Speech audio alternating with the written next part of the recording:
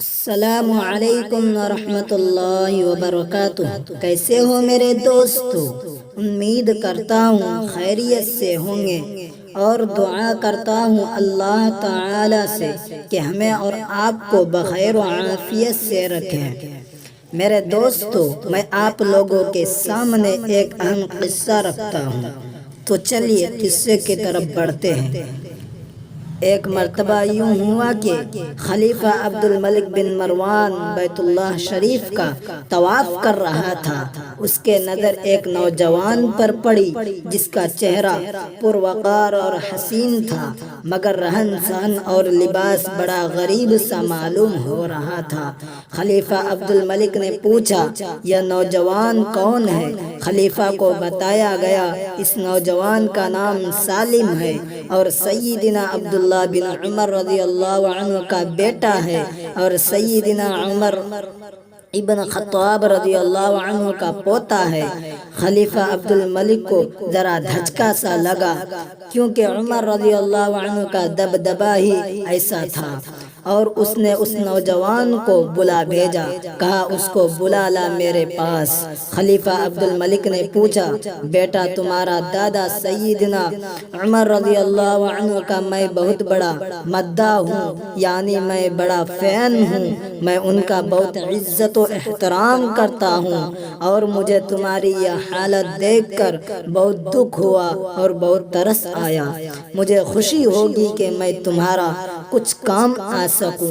بیٹا تم اپنی ضرورت بیان کرو، جو مانگو گے تم کو دیا جائے گا۔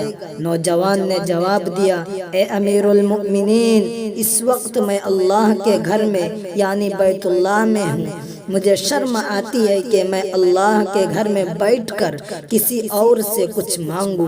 خلیفہ عبد الملک تھوڑا شرمندہ سا ہوا، لیکن پھر بھی نوجوان کے چہرے پر محبت بھری نظر دوڑائی اور خاموش ہو گئی۔ خلیفہ نے اپنے غلام سے کہا، تم یہیں پر کھڑے رہو، اور یہ نوجوان جیسے ہی عبادت سے فارغ ہو کر بیت اللہ سے باہر آئے تو اسے میرے پاس لے آنا۔ سالم ابن عبداللہ ابن عمر رضی اللہ عنہ جیسے ہی فارغ ہو کر حرم کعبہ سے باہر نکلے تو غلام نے ان سے کہا، امیر المؤمنین آپ کو یاد کیا ہے؟ تو وہ غلام سالم ابن عبداللہ ابن عمر رضی اللہ عنہ یعنی اس نوجوان کو لے کر خلیفہ کے دربار میں پہنچے، حاضر ہوئے۔ خلیفہ عبد الملک نے کہا، اے نوجوان، اب تو تم بیت اللہ میں نہیں ہو، یعنی اب تو تم کعبے سے باہر آ گئے ہو، تم اپنی ضرورت بیان کرو، کیونکہ میرا دل چاہتا ہے میں تمہاری مدد کروں۔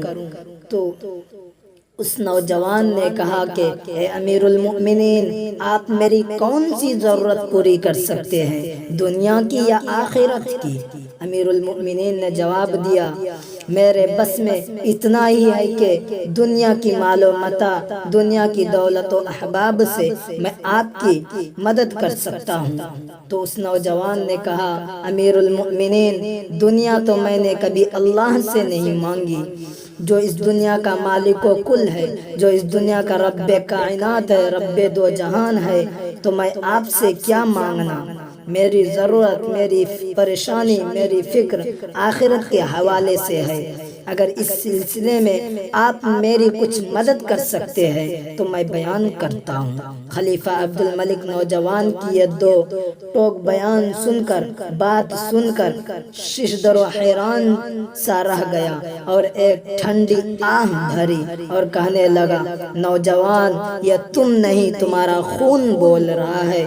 خلیفہ عبد الملک کو حیرانی اور ششدری میں چھوڑ کر نوجوان دربار سے نکل گیا اور حرم کعبہ کے گلیوں میں داخل ہو کر نظر سے اوجھل ہو گیا۔ اور یوں ایک نوجوان نے حاکم وقت کو آخرت کی تیاری کا بہت بڑا سبق دیا، اور ساتھ ہی ساتھ ہم کو بھی اور آنے والے تمام انسانوں کو اور پوری امت کو قیامت تک سبق دے دیا کہ اصل زندگی آخرت کی زندگی ہے۔ دنیا کی زندگی نہیں، اصل مسئلہ آخرت کا مسئلہ ہے، دنیا کا مسئلہ نہیں۔ دنیا تو دار الامتحان ہے، دنیا تو امتحان دینے کی جگہ ہے۔ اور دوسرا سبق یہ بھی دیا کہ جب انسان بولتا ہے، بات کرتا ہے، تو اس کے بات کے پیچھے، اس کے لہجے کے پیچھے، اس کے الفاظ کے پیچھے اس کا خون بولتا ہے، اس کی تربیت بولتی ہے، اس کے سنسکار بولتے ہیں۔ اسی لیے یاد رکھو، تم چاہے لاکھ بدنام صحیح باتیں کر کے، گالیاں بک کے، کمزوروں کو دھمکیاں دے کے، اپنے خاندان، اپنے مرے ہوئے باپ داداؤں کو بدنام مت کیا کرو۔ پہلے اپنے باتوں کو تولو، وزن کرو، پھر بولو۔ امید کرتا ہوں کہ اس چھوٹے سے قصے سے ہم کو بہت کچھ سیکھنے کو ملا ہوگا۔ بس اسی چند باتوں پر میں اپنی ویڈیو کو بند کرتا ہوں، اور آخر میں آپ تمام دوست احباب سے گزارش کرتا ہوں کہ اس ویڈیو کو شیئر کریں، لائک کریں، اور اسی طرح ویڈیو پانے کے لیے چینل کو سبسکرائب اور کریں، اور بیل آئیکن کے بٹن کو ضرور دبائیں۔ خدا حافظ، اللہ حافظ، والسلام علیکم ورحمۃ اللہ وبرکاتہ۔